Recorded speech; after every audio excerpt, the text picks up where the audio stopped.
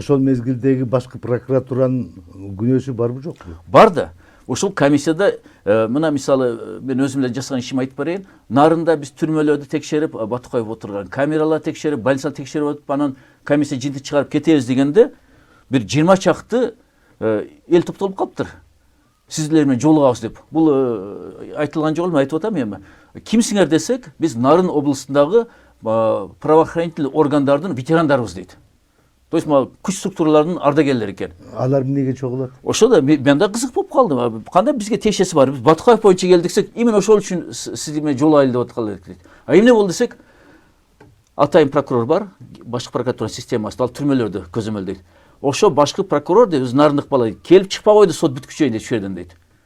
Ана биз сурасак дейт, бизге айтты да, ишиңер болбосун, мен Айда Саляна жөнөткөн деп айтты дейт. Ана ошон үчүн силерге кайрылып атасыз комиссияга дейт. Эмне үчүн сот мезгилинде башкы прокуратура атайын прокурор жөнөтүп көзөмөлгө алып атты? Бул бир дейт.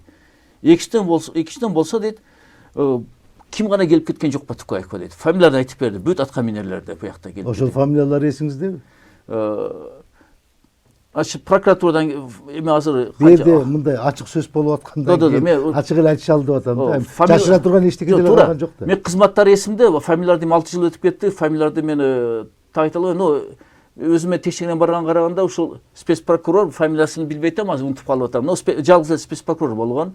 Анан сот системасынан көзөмөлдөп келишкендер болгон экен, жана түрмөдө болду да сот. Ушу жакшы өтсүн, айткандай өтсүн деп туруп сот текшергенде келген экен. Ак качы жардамчылар менен келген экен.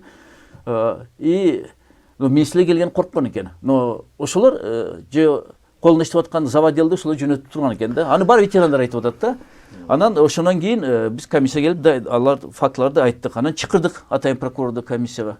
Чакырсак эң күлкүлүү нерсени айтып атпайбы? Бул даже кийин тынар өкмөтү муну чыгарсаңар болот да.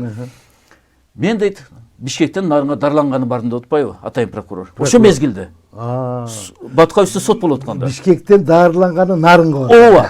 Анан эске ошо биз да күлдүк комиссияны, мен сурап бердим.